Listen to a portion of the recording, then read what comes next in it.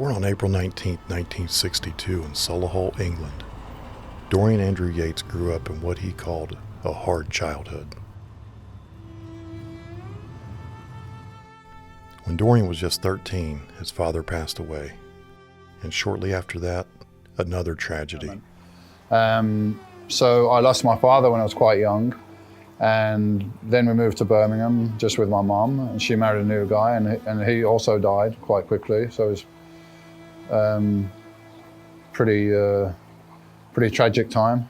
My father died when I was young. Nobody really seemed to help me with that. So I guess I was pissed off about that. Just being a teenager, you're pissed off anyway. So.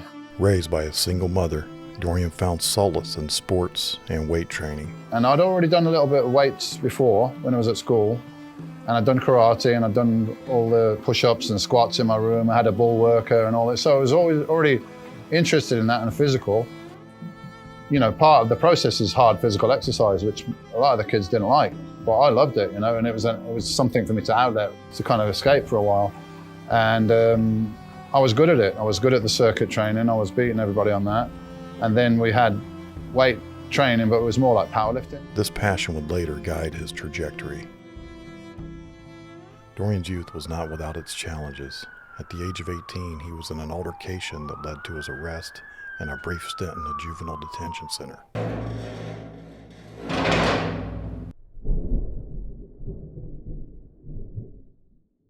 Being a teenager with my mates, we got into a bit of trouble. And at 18 years old, I was sent to a detention center for a few months. And when I was in this detention center, there was a couple of lads that were probably bigger and heavier than me, but I was as strong as them, and I already had what you could term as a physique-looking body. I had good abdominals, I had a good shape. So the foundation of a good physique was there. And even the prison officers noticed that. And they encouraged me when you get out of here, go and do powerlifting, because you could be a good powerlifter. It was then he realized he had something special, a gift.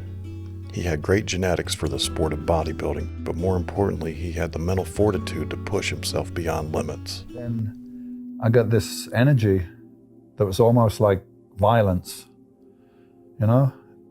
Probably I used a lot of anger that I had in me from my childhood and so on, I don't know, but instead of it going all over the fucking place, yeah, in people's faces and this and that and creating problems for me and everybody else, it was all internalized, and then it was into those sets, into those weights. So in between sets, you see me like, I'm like pacing up and down like an animal, like I'm, but it was controlled aggression. I didn't make a lot of noise. It was like inside like a fire, like, and I just put all that into the workout. So pretty calm by the time I got home. And like, I didn't want to rip anyone's head off or anything. It was like all out in the gym.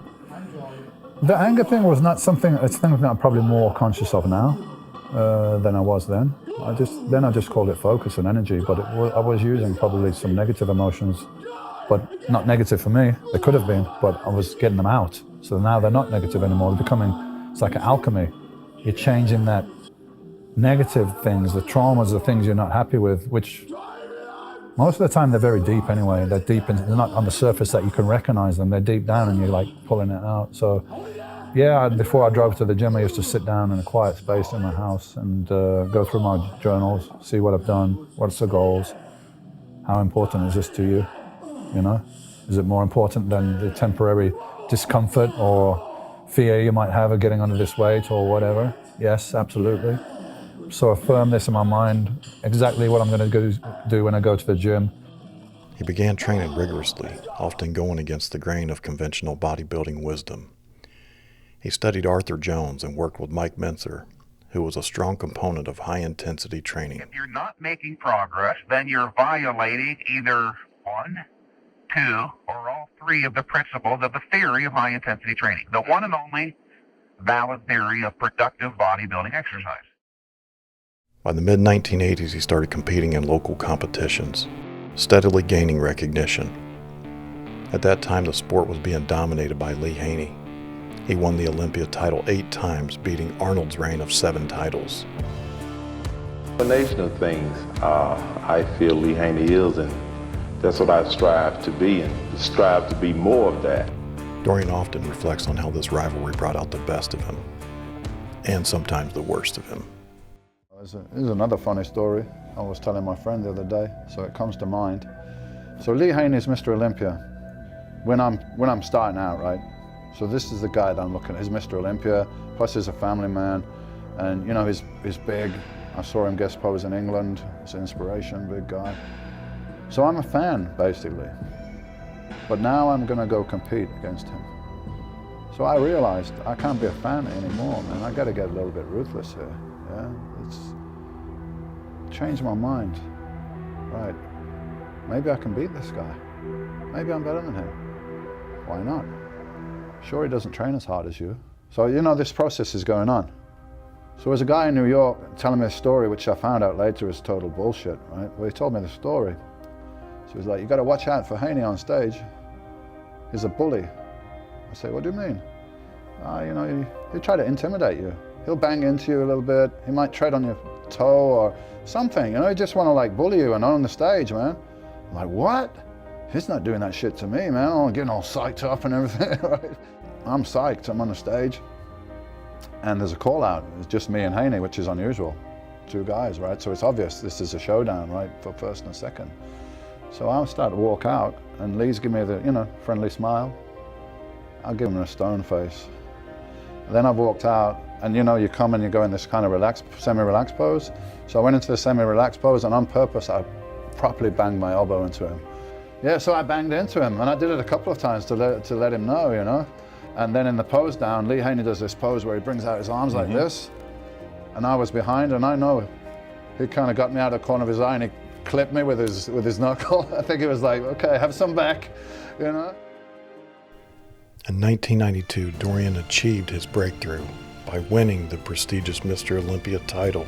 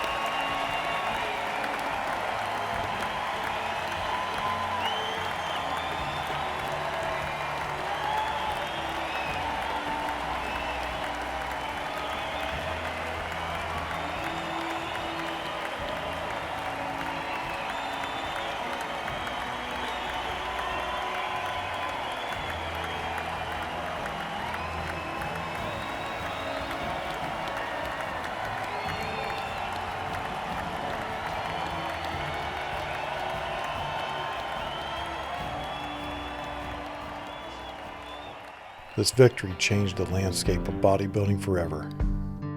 His massive physique combined with his incredible conditioning set a new standard in the sport. Over the next 6 years, Yates dominated the competition, securing a remarkable 6 consecutive Mr. Olympia titles from 1992 to 1997.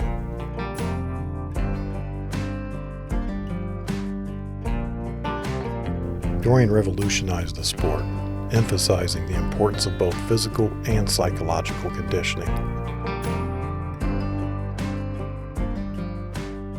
After retiring in 1997, Dorian dedicated himself to coaching and mentoring the next generation of bodybuilders. Dorian's life continues to inspire others, not just as a bodybuilder, but as a symbol of resilience and determination.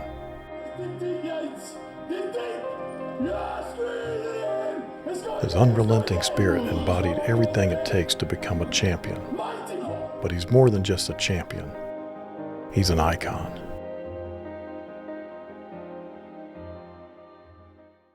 The gym I train at is my own gym. I own the gym in England. And it's basically a very small basement gym, very hardcore, mostly free weights.